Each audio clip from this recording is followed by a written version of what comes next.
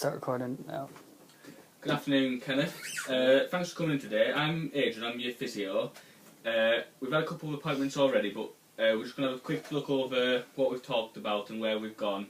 As you know, coming to see physio, the main role for me is partly might be hands-on, or might be giving you some exercises, different ways we can look at. What we're looking at is trying to find what's best for you, using the evidence we've got and what I see, what I find when I talk to you. And also we're trying to make it very personal, because I know yourself, you're very keen on your walk and that sort of thing. I want to try and get you involved and get you on board. Does that sound? Yeah, that's fine. That sound good? Okay. As we've talked about before, you've been given this diagnosis of an OA hip. You've actually got it in both hips.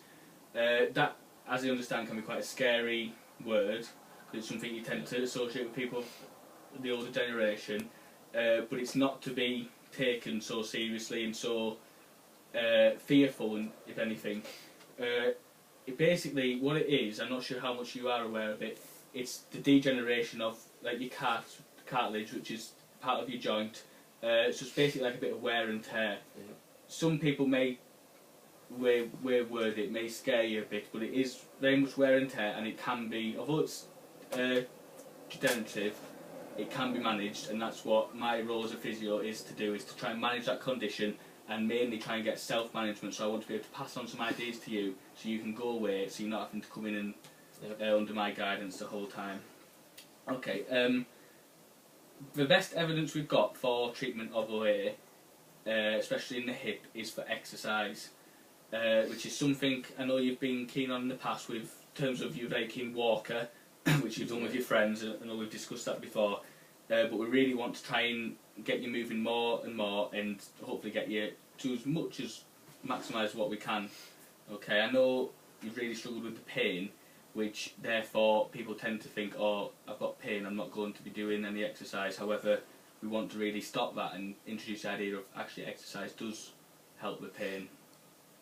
These exercises would be like aerobic exercises, so we're looking at very light activities like walking, cycling. Are you keen to swimming at all?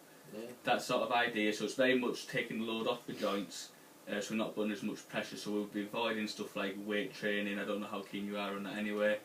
Yeah. And heavy running where you're impacting the ground. As you can imagine, your joints getting quite a severe impacting when you're doing them activities.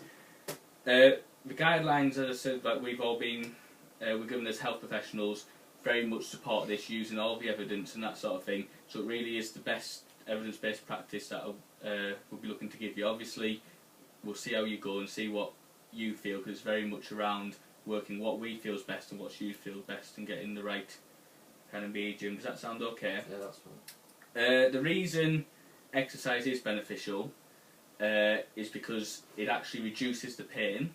Because as I was saying, it's unloading the joint, so we're taking a bit of. I know you use a stick as well, which is another way that we've that helps unload the joints. But the exercise, these light activities, we're also looking to strengthen the muscles, because as you can imagine, if you're doing less activity, the muscles are becoming weaker, and therefore they're not causing them much stability around the joint.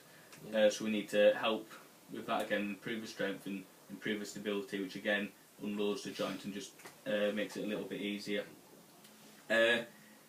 This helps reduce the pain by doing that, unloading the joint, and also it causes the release of natural painkillers within your body through getting it moving, getting the exercise, which helps reduce the pain as well, which I know obviously you might be fearful, or it's painful, let's not move, but that's not the attitude we're really wanting.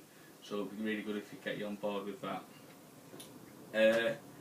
The main focus, as I talked about, is self-management. We're really wanting to get you as independent as possible, and as doing these exercises and doing your own thing in your own home and in your own lifestyle, because I'm sure yourself, you're not wanting to come in the whole time and me watching you doing exercise and that sort of thing, and something you've done in the past with your walking and that, it's something we could really get back to and help with that independence.